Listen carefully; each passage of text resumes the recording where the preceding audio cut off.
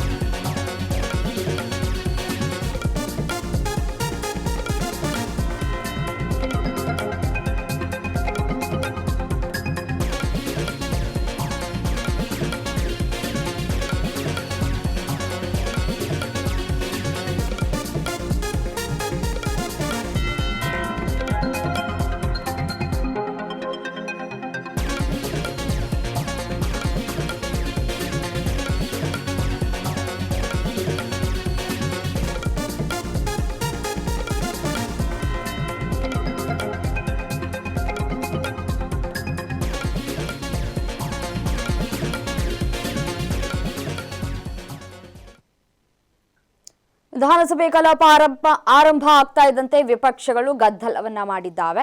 ಸಚಿವ ನಾಗೇಂದ್ರ ರಾಜೀನಾಮೆಗೆ ಆಗ್ರಹಿಸಿ ಅಹೋರಾತ್ರಿ ಧರಣಿಯನ್ನ ನಡೆಸ್ತೀವಿ ಅಂತ ಹೇಳಿ ವಿಪಕ್ಷ ನಾಯಕ ಆರ್ ಅಶೋಕ್ ಘೋಷಣೆ ಮಾಡಿದ್ದಾರೆ. ವಿಧಾನಸಭೆಯಲ್ಲೇ ಧರಣಿಯನ್ನ ಕೂತಿದ್ದಾರೆ ವಿಪಕ್ಷ ನಾಯಕ ಆರ್ ಅಶೋಕ್. ಸದನದ ಬಾವಿಗಿಳಿದು ಬಿಜೆಪಿ ಜೆಡಿಎಸ್ ಸದಸ್ಯರಿಂದ ಪ್ರತಿಭಟನೆ ಆಗ್ತಾ ಇದೆ. ಸಚಿವ ಸ್ಥಾನಕ್ಕೆ ನಾಗೇಂದ್ರ ರಾಜೀನಾಮೆಯನ್ನ ಕೊಡಬೇಕು ಅಂತ ಹೇಳಿ ವಿಪಕ್ಷಗಳು ಬಿಗಿಪಟ್ಟನ್ನ ಹಿಡಿದಿದ್ದಾವೆ. ಇಂತಹ ಭಂಡ ಸರ್ಕಾರವನ್ನ ನಾವು ನೋಡಿಯೇ ಇಲ್ಲ. ಒಬ್ಬ ವ್ಯಕ್ತಿಯ ರಾಜೀನಾಮೆ ಪಡೆಯದ ರಾಜ್ಯ ಸರ್ಕಾರ ಇದ್ದರೆಷ್ಟು ಬಿಟ್ರೆಷ್ಟು ಅಂತ ಹೇಳಿ ಶಾಸಕ ಸುನಿಲ್ ಕುಮಾರ್ ಹೇಳಿಕೆಯನ್ನ ಕೊಟ್ಟಿದ್ದಾರೆ. ವಿಪಕ್ಷಕ್ಕೆ ಚರ್ಚೆ ಮಾಡೋದಕ್ಕೆ ಆಸಕ್ತಿ ಇಲ್ಲ ಅಂತ ಹೇಳಿ ಡಿಸಿಎಂ ಪರಮೇಶ್ವರ್ ರಿಯಾಕ್ಟ್ ಮಾಡಿದ್ದಾರೆ. ನಾಗೇಂದ್ರ ವಿಚಾರಕ್ಕೆ ಸದನದಲ್ಲಿ ಭಾರಿ ಗದ್ದಲ, ಹೈ ಡ್ರಾಮಾ ನಡೀತಾ ಇದೆ. ಶತಾಯಗತಾಯವಾಗಿ ನಾಗೇಂದ್ರ ಅವರು ರಾಜೀನಾಮೆಯನ್ನ ಕೊಟ್ಟು ಹೊರ ನಡಿಬೇಕು ಅನ್ನೋದು ಬಿಜೆಪಿಯ ವಾದ.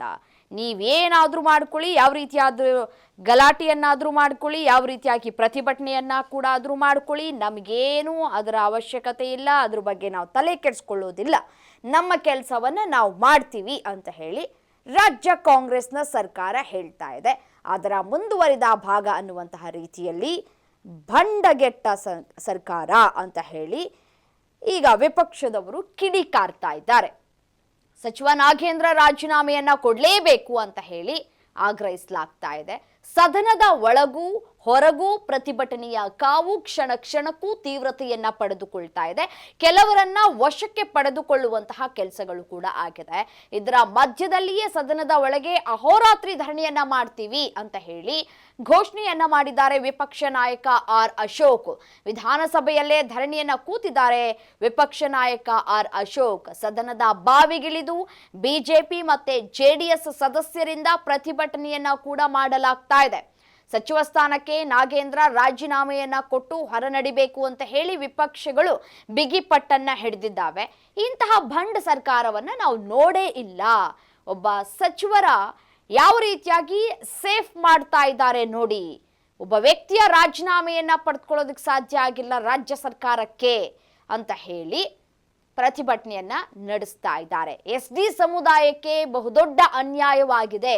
SD ಸಮುದಾಯದಲ್ಲಿ ಸಾಕಷ್ಟು ನಾಯಕರುಗಳಿದ್ದಾರೆ, ಅವರನ್ನ ಆಯ್ಕೆ ಮಾಡಿಕೊಳ್ಳಬಹುದಾಗಿತ್ತು ಅಂತ ಹೇಳಿ ಪ್ರತಿಭಟನೆಯನ್ನ ಮಾಡ್ತಾ ಇದ್ದಾರೆ.